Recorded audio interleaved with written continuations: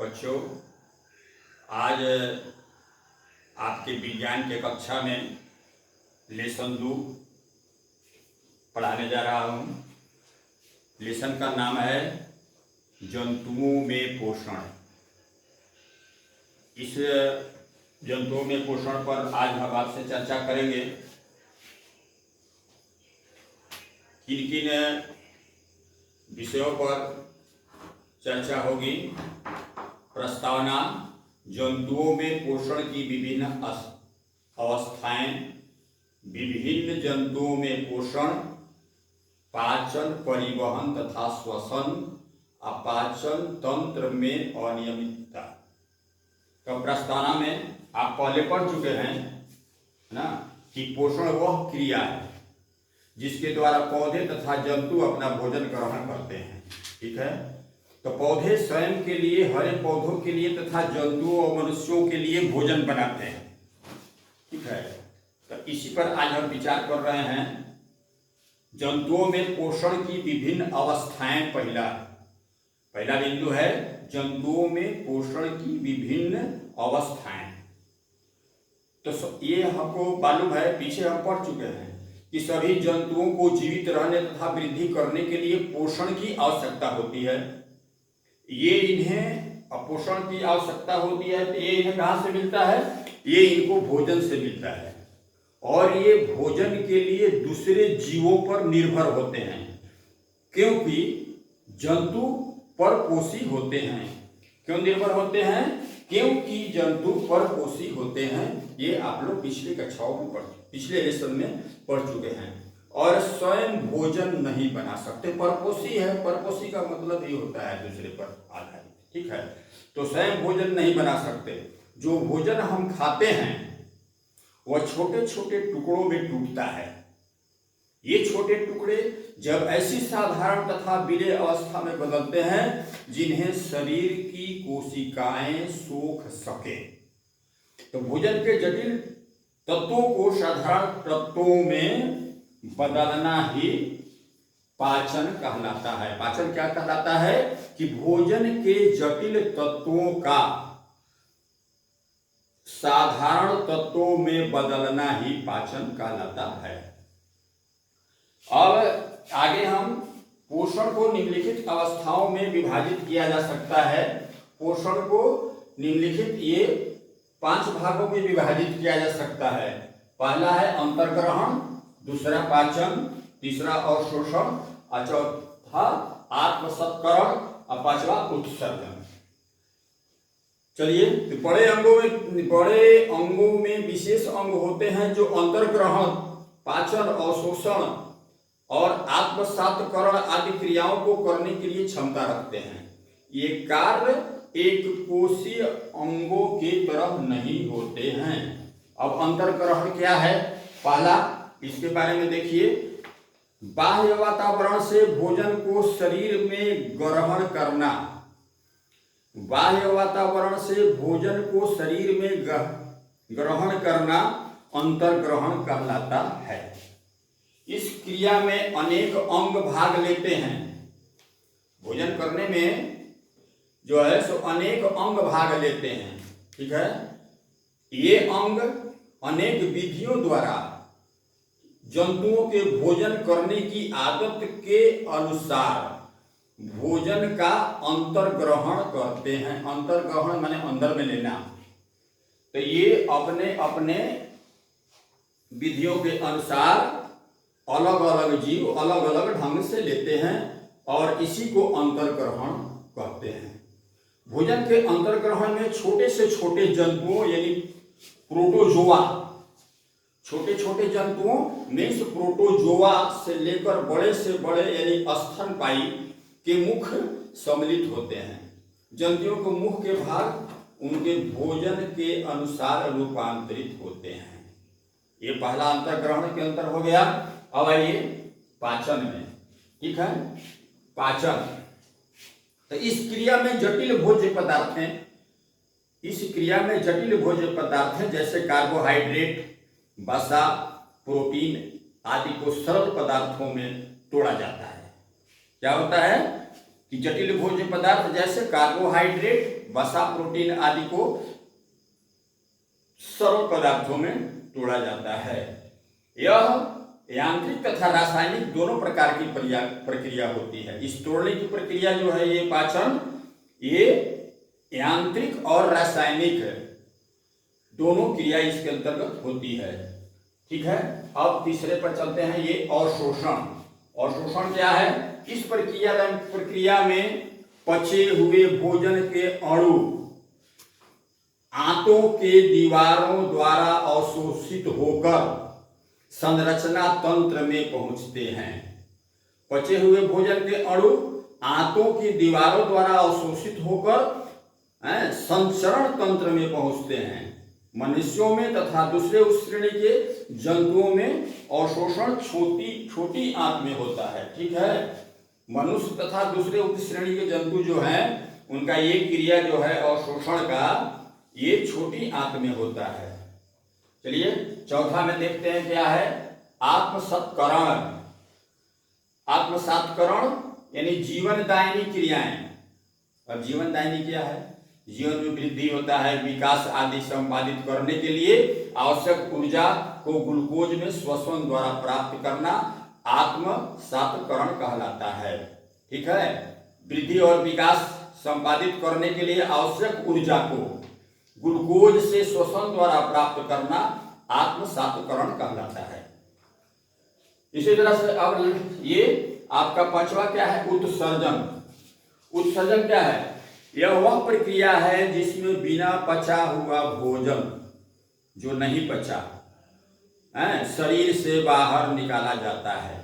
मनुष्य तथा अन्य जंतुओं में यह गुदा द्वारा होता है।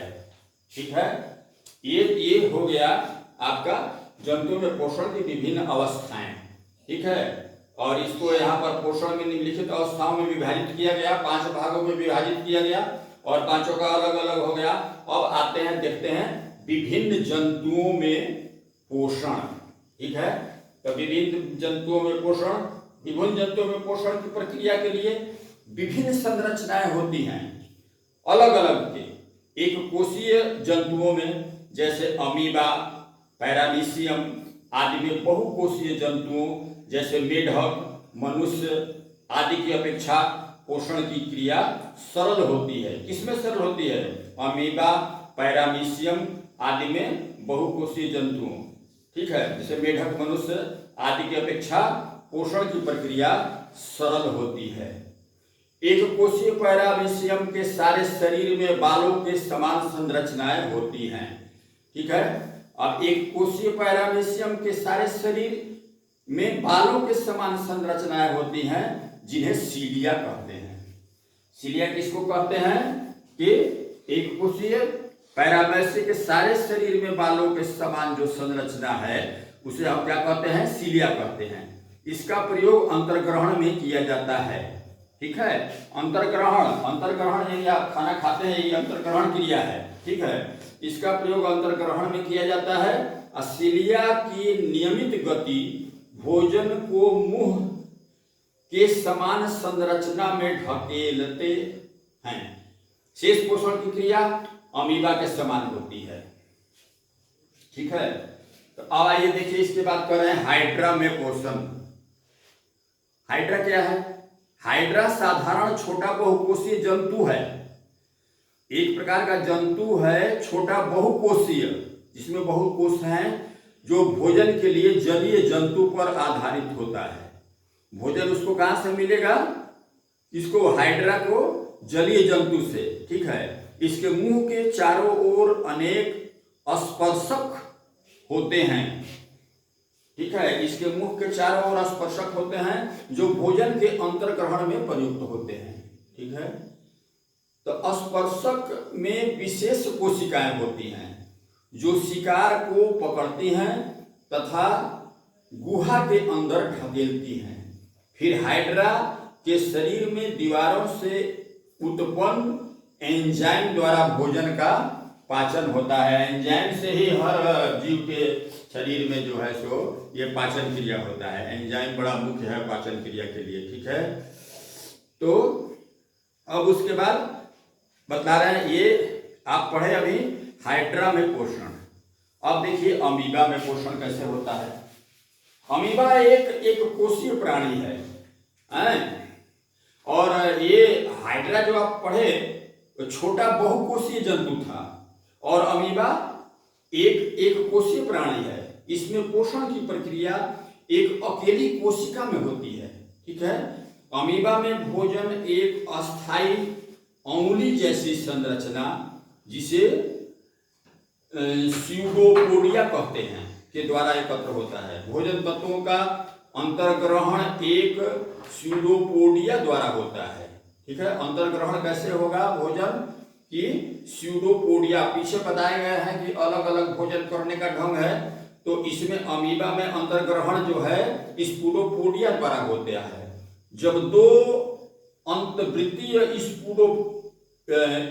स्यूडोपोडिया मिलते हैं शिकार के लिए, एक भोज रिक्तिका बनता है।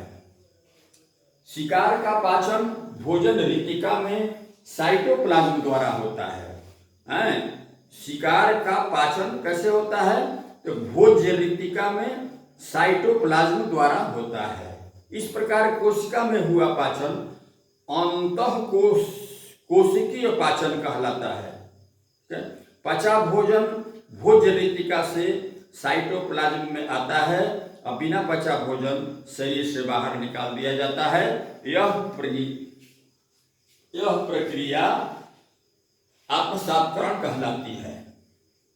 अब देखते हैं मेढक में पोषण कैसे होता है। देखिए अलग अलग बतलाए हैं कि अलग अलग जीवों में पोषण, अलग अलग जीवों का खाने का जो है सो अलग अलग अपना ढंग। तो उस तरह से अब मेढक में कैसे पोषण होता है, अभी आपने पढ़ा कि हाइड्रा में पोषण और अमीबा में पोषण, ठीक है। अब मेढक में कैसे पोषण होता है। मेढक अपना शिकार पकड़ने के लिए अपनी चिपचिपी जीभ का प्रयोग करता है। उसके जीभ में चिपचिपापन होता है और जीभ को बाहर निकाल देता है, और कीट या कोई चीज आकर के उसमें अपने आप जो है चिपक जाता है, उसको अंदर कर लेता है, ठीक है। तो मेढक अपना शिकार पकड़ने के लिए अपनी चिपचिपी जीभ का प्रयोग करता है, ठीक है। चींटियां खाने वाली छिपकली में भी पोषण प्रक्रिया मेढक के भांति होती है।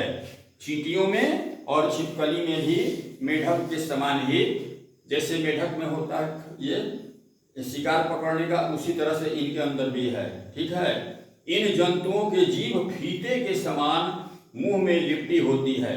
शिकार को पकड़ने के लिए ये चिपचिपी जीभ को शिकार की ओर बहुत तीव्रता से फेंकते हैं, और उसी में शिकार जो है सो पकड़ लिया जाता है, और उसको आराम से अंतर्ग्रहण कर लेते हैं।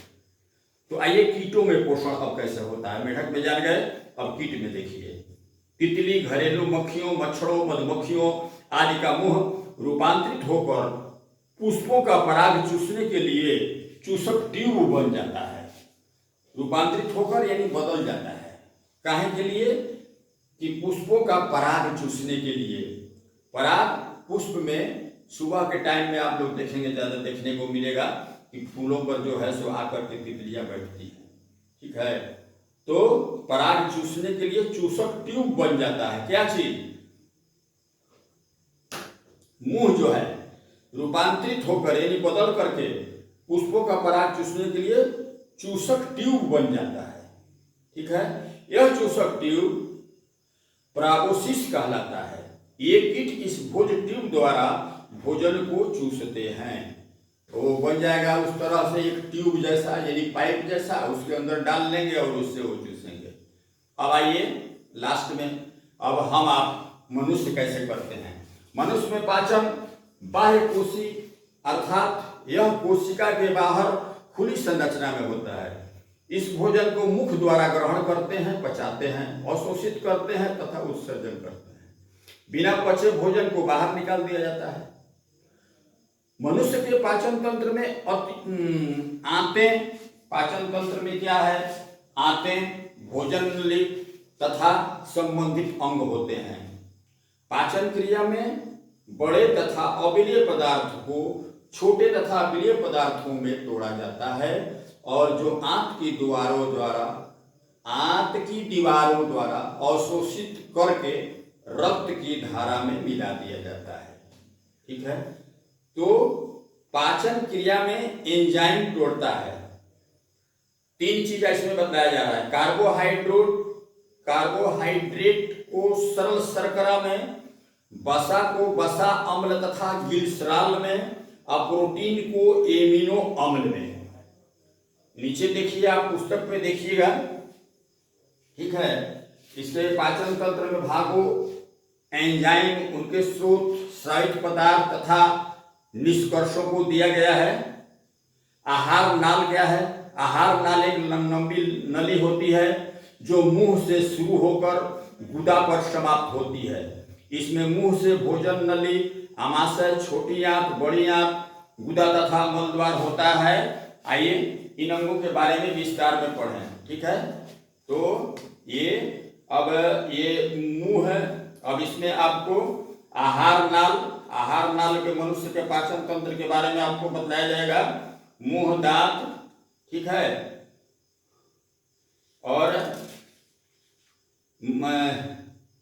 कृदंत, रत्नक, अग्र चवर्णक, ये सब जो है आपको भोजन नली, आहार नाल, छोटी आंत, तो ये मनुष्य का जो है पाचन तंत्र, ये आप नेक्स्ट डे के लिए छोड़िए। और आज इतना जाकर बुक में आपने पढ़िए, और इस पर आधारित इसके तुरंत बाद जो कुछ आपको इसमें से नोट्स मैं दूंगा वो आपको लिखवा दूंगा, वो लिखिए और याद करिए। और ये आज का जो है सो बस यहीं तक खत्म कर रहे हैं, इसलिए कि मनुष्य के पाचन तंत्र थोड़ा बड़ा में है और इसमें समय जो है सो आपको ज़्यादा देना होगा। मैं भी दूंगा समय, बस इसके बाद फिर अगले दिन आपका ये दूसरा लेसन होगा।